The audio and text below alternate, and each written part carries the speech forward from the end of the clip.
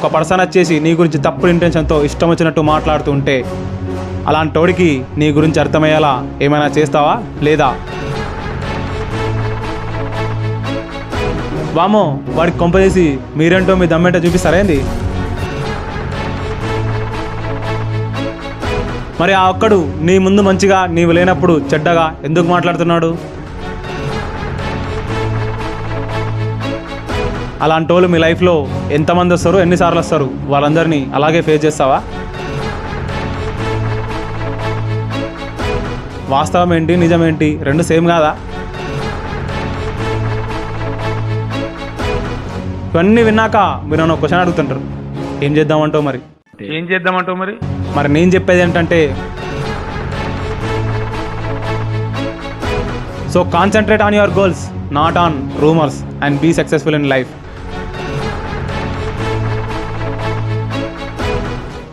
ఇదంతా వేస్ట్, నువ్వు చెప్పే నాకేంది, నువ్వు వీడియో చెప్పే నేను ఎందుకింటా అని అనిపిస్తే మాత్రం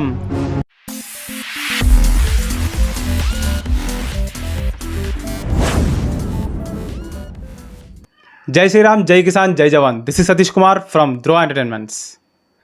ఈ వీడియో నచ్చితే లైక్ కొట్టకుండా సరే, కానీ ఈ వీడియోలో మెసేజ్ మాత్రం అందరికీ షేర్ చేయండి. మరిన్ని వీడియోస్ కోసం మా ఛానల్ సబ్స్క్రైబ్ చేసుకొని బెల్ ఐకాన్ నొక్కండి. అండ్ ఈ వీడియో ఎవరి గురించి చేయబడిందంటే, ఎగ్జామ్ ప్రిపరేషన్ మెథడ్ వీడియో కింద ప్రవీణ్ అనే పర్సన్ కామెంట్ చేశాడు, దాంట్లో ఈ టాపిక్ రిక్వెస్ట్ చేశాడు, ఆయన గురించి ఈ వీడియో చేయబడింది. And thank for him.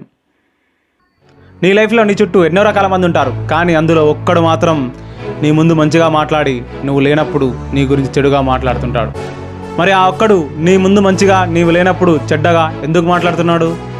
ఆ విషయం నీకు తెలియకపోవచ్చేమో, కానీ అలా మాట్లాడే వారికి, అలా ప్రవర్తించే వారికి మాత్రం 100% తెలుసు వాళ్ళు ఎందుకు అలా మాట్లాడుతున్నారు.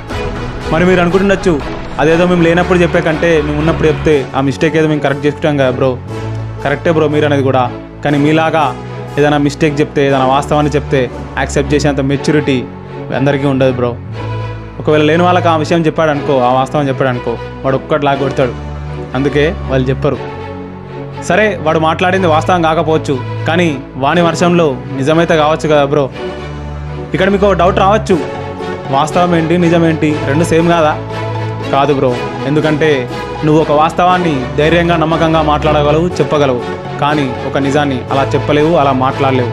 ఎందుకంటే వాస్తవాన్ని ప్రూవ్ చేయగలవు, నిజాన్ని నువ్వు అలా ప్రూవ్ చేయలేవు. ఎందుకంటే వాస్తవంలో ఎవిడెన్స్ ఉంటుంది, నిజంలో ఎవిడెన్స్ ఉండొచ్చు, ఉండకపోవచ్చు. అండ్ ఇందులో ఇంట్రెస్టింగ్ విషయం ఏంటంటే, నిజం అనేది పర్సన్ టు పర్సన్ చేంజ్ అవుతుంది, అంటే పర్సన్ బట్టి ఆధారపడి ఉంటుంది. కానీ వాస్తవం అలాగే కాదు, ఎప్పటికీ అలాగే ఉంటుంది, దాన్ని నువ్వు మార్చలేవు. ఓకే, మ్యాటర్లోకి వద్దాం. నీ వర్షన్లో వాస్తవం కాకుండా, వాడి వర్షన్లో నిజం కాకుండా ఒక పర్సన్ వచ్చేసి నీ గురించి తప్పుడు ఇంటెన్షన్తో ఇష్టం వచ్చినట్టు మాట్లాడుతూ ఉంటే అలాంటోడికి నీ గురించి అర్థమయ్యేలా ఏమైనా చేస్తావా లేదా? ఒకవేళ చేస్తే రామాయణంలో చెప్పబడిన సామదాన భేద దండోపాయాలని వాడతావా? ఓకే, చూద్దాం. ఫస్ట్ సామోపాయాన్ని ఉపయోగించి, అరే బాబు నువ్వు చేసిన తప్పురా, అలా తప్పులు చేయకూడదురా అని చెప్పేసి వాడిని మార్చుతావా? లేక దానోపాయాన్ని ఉపయోగించి మనకి ట్రీటో పార్టీ ఇచ్చి నీ సైడ్ తిప్పుకుంటావా, నీ సైడ్ మాట్లాడుకుంటే చేస్తావా? థర్డ్, భేదోపాయాన్ని ఉపయోగించి వానికి నువ్వు చేసిన తప్పురా అని వానికే రియలైజ్ అయ్యేటట్టు చేపిస్తావా? లేక ఫోర్త్, దండోపాయాన్ని ఉపయోగించి వామో వాడికి కొంపజేసి మీరేంటో మీ దమ్మేంటో చూపిస్తారేంది? ఓకే, పైన చెప్పిన 4 ఉపాయాల్లో ఏదో ఒకదాన్ని వాడతారు, వాడిని అప్పటి మందం మాట్లాడేయకుండా చేస్తారు. కానీ మళ్ళీ ఇంకోసారి మీ ముందు ఒకలాగా, మీ వెనకాల ఒకలాగా వాడు మాట్లాడరని గ్యారంటీ మీరు ఇస్తారా? సరే, నేను చాలా పెద్ద ఉపాయం వేసినా, ఖతర్నాక్ వేసినా, వాడు పడిపోయాడు, మారిపోయాడు, అంతే. వాడు ఇంకోసారి మాట్లాడు, మన రేంజ్ అలాంటిది, మన ఉపాయం అలాంటిది. కానీ అలాంటి వాళ్ళు మీ లైఫ్లో ఎంతమంది వస్తారు, ఎన్నిసార్లు వస్తారు? వాళ్ళందరినీ అలాగే ఫేస్ చేస్తావా? అలా ఎంతమంది వచ్చినా అంతమందికి నువ్వు అదే మాటలు చెప్పుకుంటూ కూర్చుంటావా? అప్పుడు నీ మాట వాల్యూ అవుతుంది. అలా ఎంతమంది వచ్చినా, ఎన్నిసార్లు వచ్చినా అన్నిసార్లు పార్టీ ఇచ్చుకుంటావా? అప్పుడు నువ్వు ఫైనాన్షియల్గా లాస్ అయిపోతావు. అలా ఎంతమంది వచ్చినా నీ మాటలతో నువ్వు రియలైజ్ చేయగలుగుతావా? అప్పుడు నీ టైం మొత్తం వేస్ట్ చేసుకుంటావు. అలా ఎంతమంది వచ్చినా వాళ్ళతో నువ్వు కొట్లాట పడతావా? అప్పుడు నీ ప్రశాంతతని, నీ జీవితాన్ని నాశనం చేసుకుంటావు. ఇవన్నీ విన్నాక మీరు నన్ను క్వశ్చన్ అడుగుతుంటారు, ఏం చేద్దామంటావు మరి? కొన్నిసార్లు రాజా తన రాజ్యాన్ని కాపాడుకోవడానికి సైనికుడిలా వచ్చినట్టు కొన్నిసార్లు మౌనమే అలాంటి వాడికి సమానం చెప్తుంది. అండ్ మనం చేసే పనుల ఫలితమే ఎందుకురా బాబు ఆ రోజు విని ఆ మాట అన్నాను అని బాధపడేలా చేపిస్తుంది. అండ్ మన చిరునవ్వే ఒక ఆయుధమై అలాంటి వాడి గుండెల్లో గుచ్చుతూ జీవితాంతం బాధ పెడుతూ ఉంటుంది.